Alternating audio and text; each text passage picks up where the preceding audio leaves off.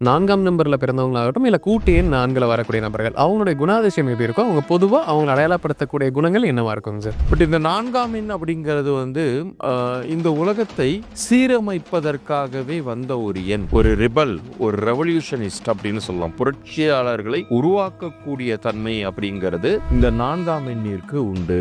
இதுல நான் வந்து ஒரு எக்ஸாம்பிள் நான் சொல்லப் போறேன். அத வந்து ஒரு 3 வருடத்துக்கு முன்னாடியே, 2 வருஷத்துக்கு முன்னாடியே சொல்லியிருந்தா உங்களுக்கு கனெக்டே ஆயிருக்காது.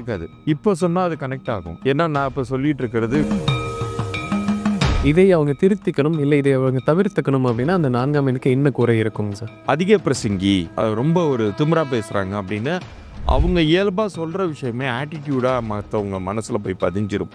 அந்த விஷயத்துல அவங்க ஜாக்கிரதையா இருக்கணும். யார்கிட்ட நம்ம பேசுறோம், என்ன வார்த்தைகளை பயன்படுத்தி பேசுறோம் அப்படிங்கிறதுல அவங்க தெளிவா இருக்கணும். தொழிலுக்கான நபர்களா? இல்ல வேலைக்கான நபர்களாங்க சார்? தொழில் தான் வந்து இவங்களுக்கு நிறைய செட் ஆகும். ஏன்னா வேலைக்கு போற இடத்துல இவங்களால வந்து தங்களுடைய சுதந்திர குணத்தை விட்டு கொடுத்துட்டு அவங்களால இருக்கவே முடியாது. ரொம்ப அவதிப்படுவாங்க, ரொம்ப சஃபகேட் ஆவாங்க.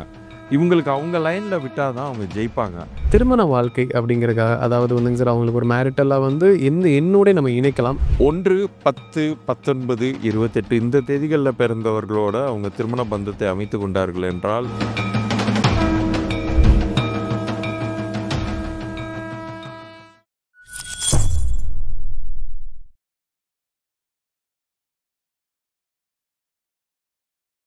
பக்தி பிளஸ் நேயர்கள் அனைவருக்கும் வணக்கம். இன்று நம்மோடு இருந்தவர் number science analyst Satish Rao அவர்கள். வணக்கம் சார். வணக்கம். சார், இப்ப நம்ம ஒவ்வொரு நம்பருடைய குணாதிசயங்கள், அவங்க லைஃப் எப்படி இருக்குன்னு பார்த்துட்டு இருக்கோம் சார். அந்த வரிசையில இப்ப நம்ம பார்க்க போறது 04 4ஆம் நம்பர்ல பிறந்தவங்களாகட்டும், இல்ல கூட்டு எண் 4ல வரக்கூடிய நபர்கள். அவங்களுடைய குணாதிசயம் எப்படி இருக்கும்? அவங்க பொதுவா அவங்கள அடையாளப்படுத்தக்கூடிய குணங்கள் என்னவா இருக்குங்க சார்? 4 அப்படிங்கிறது வந்து ராகுவை குறிக்கும்.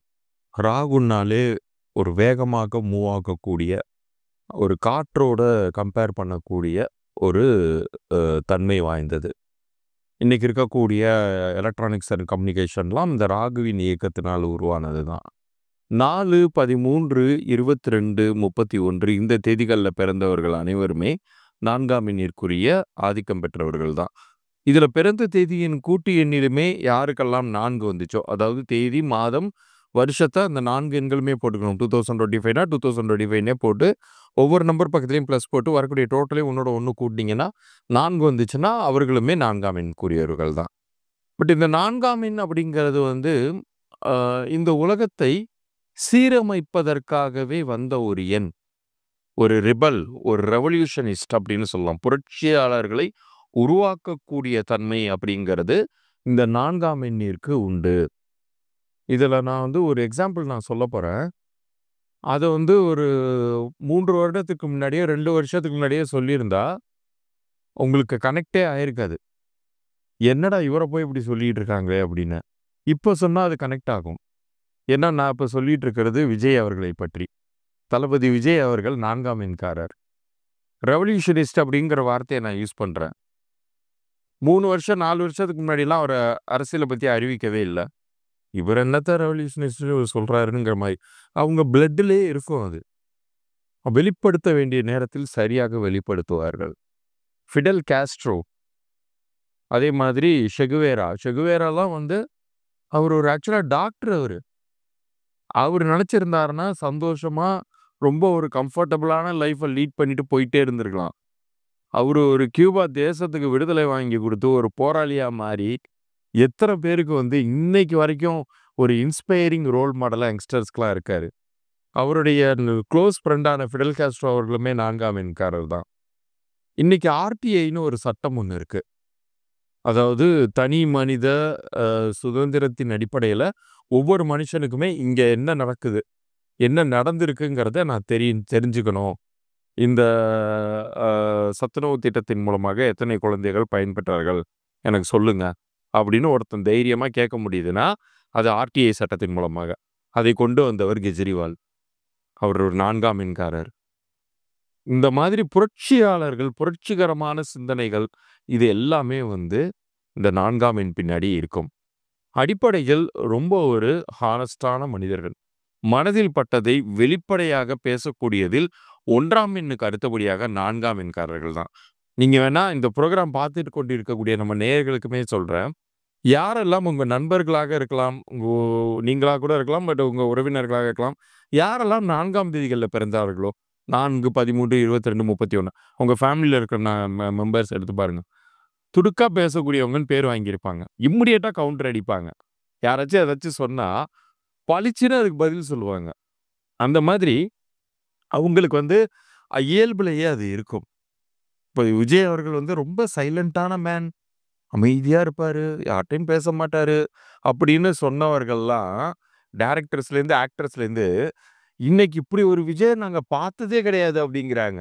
அவர் பேசுற ஃபயரான ஸ்பீச்ச கேட்டுட்டு. ஸோ இது வந்து அவங்க பிளட்லயே இருக்கும். ரொம்ப அவர்களால் இந்த சமுதாயம் வந்து சீர்திருத்தம் அடையும். அவங்க நெறைய ஒரு ரெவல்யூஷனரான ஆக்ட்ஸ்லாம் கொண்டு வரும்.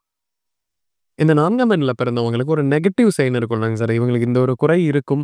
இதை அவங்க திருத்திக்கணும், இல்ல இதை அவங்க தவிர்த்துக்கணும் அப்படின்னா, அந்த 4ஆம் எண்ணுக்கு என்ன குறை இருக்குங்க சார்? 4 வந்து நெறைய அ அந்த கொஞ்ச நேரத்துக்கு முன்னாடி நான் சொன்னது மாதிரி, ரொம்ப வெளிப்படையாக பேசுறதுனாலேயே, துடுக்கா பேசுறாங்க அப்படிங்கிற ஒரு இமேஜ வந்து கேதர் பண்ணுவாங்க. அதிக பிரசங்கி, அ ரொம்ப ஒரு திமிரா பேசுறாங்க அப்படின்னு, அவங்க இயல்பா சொல்ற விஷயமே ஆட்டிட்யூடா மத்தவங்க மனசுல போய் பதிஞ்சிரும். அந்த விஷயத்துல அவங்க ஜாக்கிரதையா இருக்கணும். யார்ட்ட நம்ம பேசுறோம்? என்ன வார்த்தைகள பயன்படுத்தி பேசுறோம்? அப்படிங்கிறதுல அவங்க தெளிவா இருக்கணும். அது வந்து அவங்க வந்து வெளிப்படையாக இம்மீடியட்டா அவங்களால மாத்திக்கவே முடியாது. அவங்க அப்படிதான் பேசுவாங்க.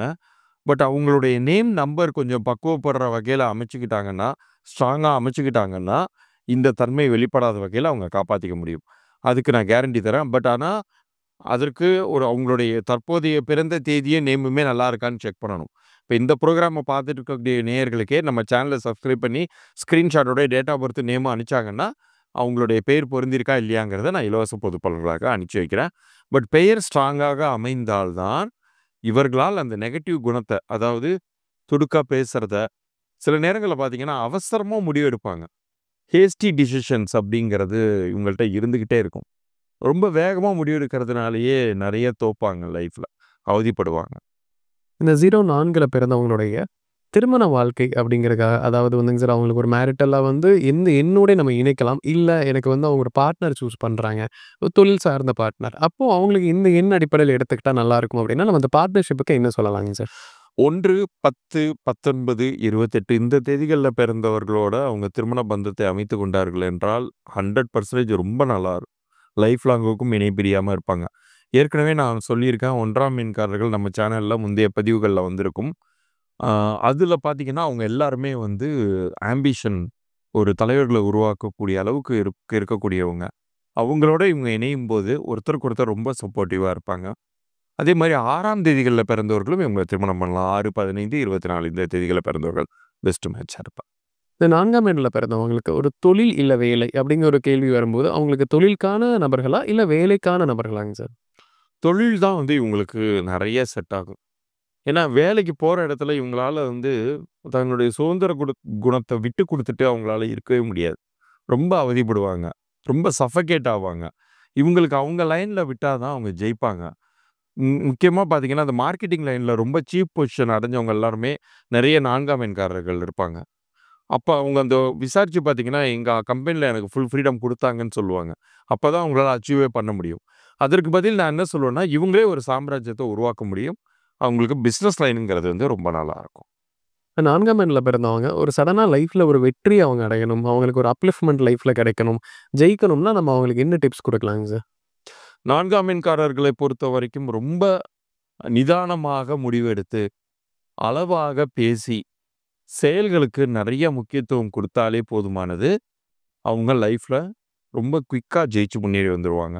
இப்போ உதாரணத்திற்கு, நம்ம அதிகம் பாலிடிக்ஸ் பேச வேண்டாம்னாலும், இருந்தாலும் சொல்றேன். இப்போ நம்ம டிவிகே கட்சியே இருக்கு.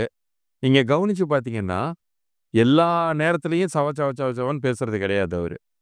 ரொம்ப அழகா எந்த நேரத்தில பேசணுமோ, ரொம்ப சுருக்கமா 1 ஹவர்லாம் பேசுறது கிடையாது. அந்த 15 நிமிஷம், 20 நிமிஷம் நெருப்பா தெறிக்கும். அப்ப அந்த மாதிரி அவங்களும் இருக்கணும். எல்லா 4ஆம் எண்காரர்களும். டிவிகே தலைவர் அவர்களும் 4ஆம் எண்காரர்ன்னு சொல்லிட்டேன். பட் இவங்களும் அந்த மாரி இருந்தாங்கன்னா ஜெயிப்பாங்க. குயிக்கா ஜெயிப்பாங்க. இப்ப 4ஆம் எண்ணுடைய வாழ்க்கை எப்படி இருக்கும்? அவங்க பார்ட்னர்லாம் எப்படி இருப்பாங்க? அனைத்து விஷயங்களையும் பேசிட்டோம் சார். கண்டிப்பா நம்ம நேயர்களுக்கு ஒரு பயனுள்ள கருத்துக்கள் அமைந்திருக்கும். மீண்டும் ஒரு பதிவில் சந்திக்கலாம். ரொம்ப நன்றி. நன்றி.